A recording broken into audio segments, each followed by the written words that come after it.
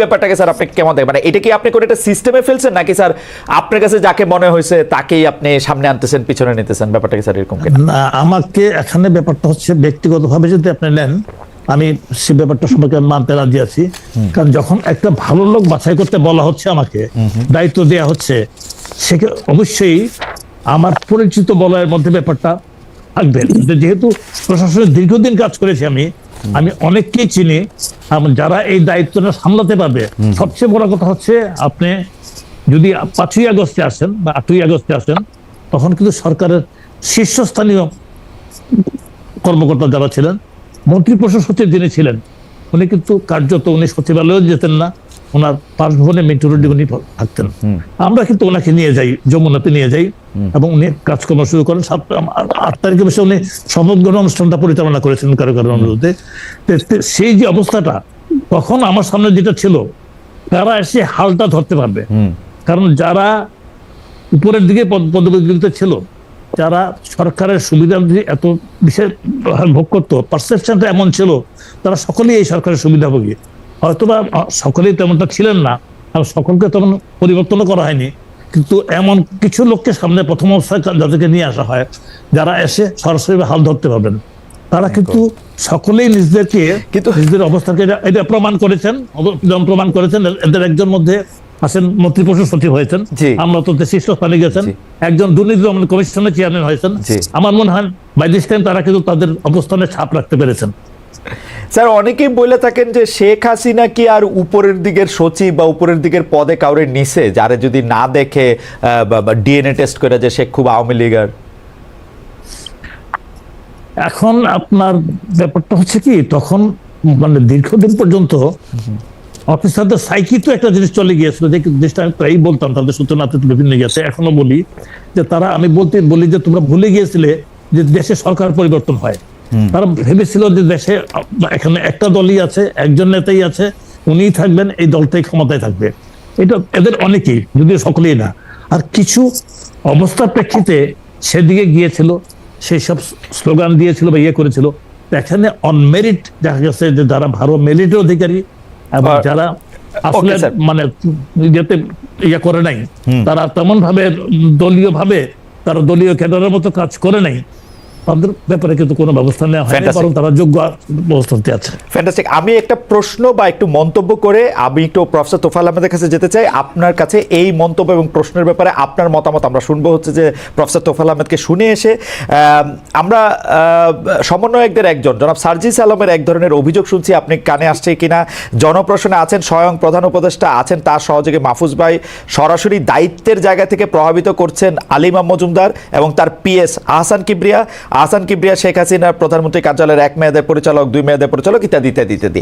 এটা নিয়ে আপনার একটু মন্তব্য শুনতে চাই।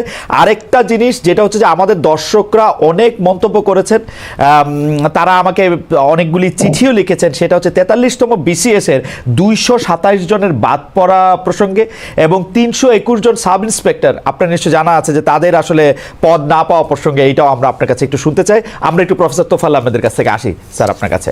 আমরা আমরা আমরা আমাদের আমাদের আমাদের শিক্ষক প্রফেসর ডক্টর তোফায়েল আহমেদের কাছে যাই।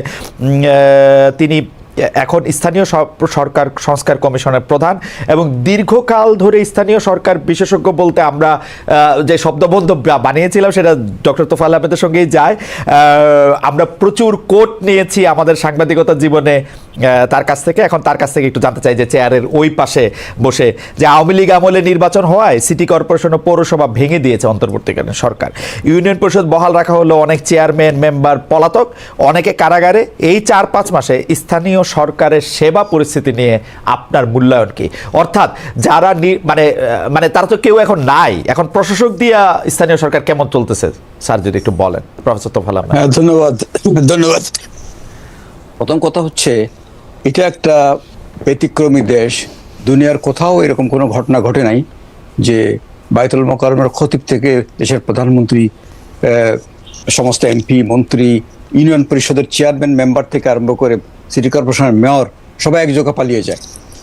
এরকমের একটা অবস্থায় পরে সরকার অনেকগুলো কাজের মধ্যে যে কাজটা করেছে, যে লোকাল গভর্নমেন্টের অনেকগুলো স্তরের বাতিল করে দিয়েছেন।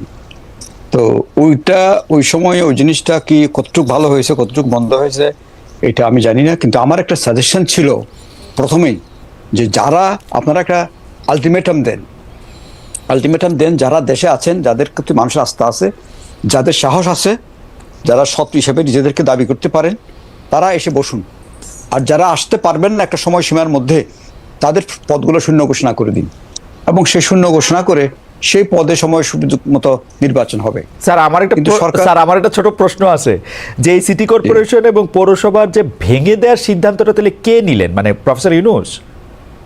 না, সরকার নিয়েছে, আমি তো কোনো একজনকে জানি না, এটা মানে সরকার থেকে নেওয়া হয়েছে। যে আপনি যখন সংস্কার করছেন তখন এটা মনে হয় না যে এটা একটু মানে কে নিল এরকম একটা সিদ্ধান্ত? যে তখন মন্ত্রী ছিলেন যে মরহুম আমাদের যে জনাব হাসান আরিফ, জি হাসান আরিফ সাহেব ছিলেন, ওনাকে জিজ্ঞেস করেছি, উনি ঠিক একই রকম ভাবে এই জিনিসটা বলেছেন যে উনি একা করেন নাই, সবাই মিলে করেছেন, অথবা চাপে পড়ে করেছেন। তো আমার প্রশ্ন ছিল যে সবাইকে ওই পরিষদটা বিলুপ্ত না করে দিয়ে যারাই কাজ করতে পারবেন বলে যাদের বিশ্বাস, তাদেরকে রেখে বাকিদেরকে একটা আলটিমেটাম দেন। তারা যদি নির্দিষ্ট একটা সময় জয়েন না করে, এরা আলটিমেটলি আসনগুলো শূন্য ঘোষণা করে দেন, তাহলে কিন্তু প্রবলেমটা কম হতো একটু। কিন্তু এটা এখন চলে গেছে, এখন প্রশাসক দিয়ে চলছেন, তাতে করে মানুষের অসুবিধা হচ্ছে কিছু। কারণ হচ্ছে আগে যত সহজে ওখানে প্রবেশ করা যেত, এখন তত সহজে গিয়ে পাওয়া যাচ্ছে না। কারণ যেই ব্যক্তিদেরকে ওখানে নিয়োগ করা হয়েছে, তাদের একটা নিজস্ব জব আছে, তার একটা অফিস আছে, সেই অফিসটা সামলিয়ে অতিরিক্ত দায়িত্ব হিসেবে তাকে এটা করতে হচ্ছে। অতিরিক্ত দায়িত্ব হিসেবে করতে গেলে যা সমস্যা হয়, স্বাভাবিকভাবে সেই সমস্যা হচ্ছে। আবার মনে করেন লোকজনকে চেনার একটা অসুবিধা আছে, সেই ক্ষেত্রে সমস্যা হচ্ছে। সেজন্যই যেহেতু আসলে টোটাল পরিষদের মধ্যে লোকজনের অনুপস্থিতি, সেখানে একজন প্রশাসকের পক্ষে সবকিছু করা সম্ভব হচ্ছে বলে আমার মনে হয় না, সেটা হচ্ছেই। স্যার আমার একটা প্রশ্ন হচ্ছে, স্যার এই স্থানীয় সরকার একটা দেশের জন্য আসলে খুবই গুরুত্বপূর্ণ ব্যাপার, এবং আমরা দেখেছি হিস্টোরিক্যালি স্থানীয় সরকার মন্ত্রণালয়টা সবচেয়ে অভিজ্ঞ বা মোটামুটিভাবে সবচেয়ে অভিজ্ঞ একজনকে এটা পরিচালনার দায়িত্ব দেওয়া হতো। এইবার যে ছাত্র সমন্বয়কদের একজনেরকে এই দায়িত্ব দেওয়া হলো, ক্রীড়া মন্ত্রণালয়ের মধ্যে একটা বিশাল মন্ত্রণালয় থাকা সত্ত্বেও উপরন্তু মানে এইটা কি স্যার, মানে এই সিদ্ধান্তটাকে স্যার আপনি কীভাবে দেখেন? জনাব আসিফ আহমদ সজীব ভূঁইয়া তার প্রতিদিনের ক্রীড়া মন্ত্রণালয়ের পাশেও তিনি স্থানীয় সরকার মন্ত্রণালয় যে চালাচ্ছেন, মানে মানে এই দায়িত্বটা, এটা কি মনে হয় স্যার আপনার? না, আমি কোনো ব্যক্তির কথা বলবো না, তবে এই মন্ত্রণালয় একটা ফুল টাইম এককভাবে একজনকে দেওয়া দরকার। কারণ এটা অনেক বৃহৎ মিনিস্ট্রি, একদিকে হচ্ছে বড় বড় প্রতিষ্ঠানগুলো আছে, আর দিকে হচ্ছে সারা দেশের অনেকগুলো লোকাল গভর্নমেন্ট প্রতিষ্ঠান এর মধ্যে রয়ে গেছে। এটা কিন্তু অতিরিক্ত দায়িত্বের বিষয় না, একটা ফুল টাইম একটা মিনিস্টার, একজন না একাধিক মিনিস্টার ওখানে দরকার। একজন মন্ত্রীর সাথে আরো সহযোগী দরকার আছে। এটা কিন্তু অনেক বৃহৎ একটা মিনিস্ট্রি। এককভাবে যদি এলজিডি, ডিপিএইচই, ওয়াসাগুলো ডিল করতে হয়, ওটাও কিন্তু একটা বিরাট কাজ। ও লোকাল গভর্নমেন্টের কথা আমি বাদ দিলাম, লোকাল গভর্নমেন্টের বিষয়গুলো তো আছেই। এবং এখন আমাদের কাছে যেই হারে মানুষ আসা শুরু করেছে, তারা মনে করছে যে আমরা বোধহয় সব সমস্যার সমাধান আমাদের হাতে। এটা তো ঠিক না। আমাদের তো কাজ হচ্ছে সংস্কারের বিষয়গুলোকে একত্রিত করে সরকারের কাছে সুপারিশ দেওয়া। কিন্তু মানুষ এখন যাওয়ার জায়গা পাচ্ছে না। আমি এখন কাজ করতে পারছি না, প্রতিদিন এত লোক, আপনার অ্যাপয়েন্টমেন্টের প্রয়োজন নাই, এমন ভাবে আসা শুরু করেছে, এত কথা বলতে চাচ্ছেন, মানে এগুলো শোনার মতো হয়তো লোক দেশে নাই, সেজন্য হয়তো এগুলো আসছে। স্যার আপনার কাছে কি মনে হয়, আমি এই প্রশ্নটা আসলে জনাব আলী ইমাম মজুমদারের কাছে, আপনার কাছে কি মনে হয় যে মানে কোন বিবেচনায় একটা বাড়তি কাজ এবং মানে আমাদের ছাত্র সমন্বয়কদের একজন যিনি অলরেডি ক্রীড়া মন্ত্রণালয়ের মতো এরকম একটা বড় মন্ত্রণালয় আছে, তাকে যে এটা দেওয়া হলো, মানে এটার কারণটা কি? আমরা এটা জনাব আলী ইমাম মজুমদারের কাছেও জানতে চাই, আপনার কাছে কি মনে হয় স্যার এটা কি? না, আমার কাছে কোনো কারণ জানা নেই, কারণ আমি অনুসন্ধানও করতে চাইনি। কারণ আমি আমার যেটা কাজ, লিমিটেড কাজ, এখন আগে হয়তো অনেক কিছু নিয়ে ভাবতে পারতাম, এখন কিন্তু আমাকে গুটিয়ে একটা কাজের মধ্যে সীমাবদ্ধ করেছে। সেই কারণে আমার পক্ষে এগুলো এত কিছু দেখার আমার সময়ও নাই, আর আমার ইচ্ছাও নাই। তাছাড়া আমার এটা করতে গেলে কিন্তু আমার আসল কাজ ব্যাহত হবে, সেই কারণে আমি এদিকে নজর দিইনি আর কি। এইসব বিষয়ে অন্য কোনো বিষয় নিয়ে ভাবতে চাইনি এই সময়।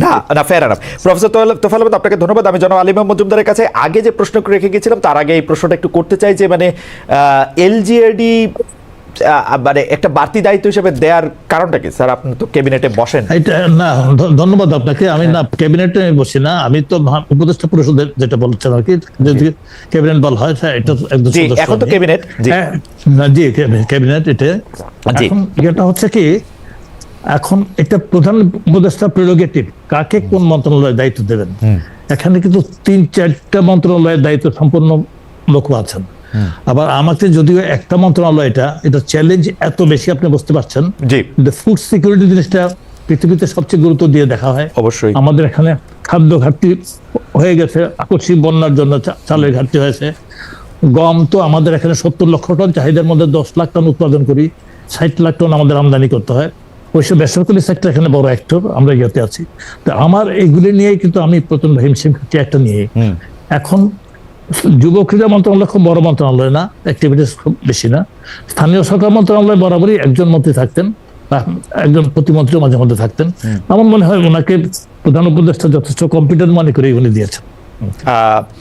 যথেষ্ট কম্পিটেন্ট মনে করে উনি দিয়েছেন, এবং আপনি মনে করছেন যেটা ভালোই চলছে। তাহলে আমরা একটু এই প্রশ্নে ফিরে আসি আপনার কাছে। যে প্রশ্ন করেছিলাম যে জনাব স্যার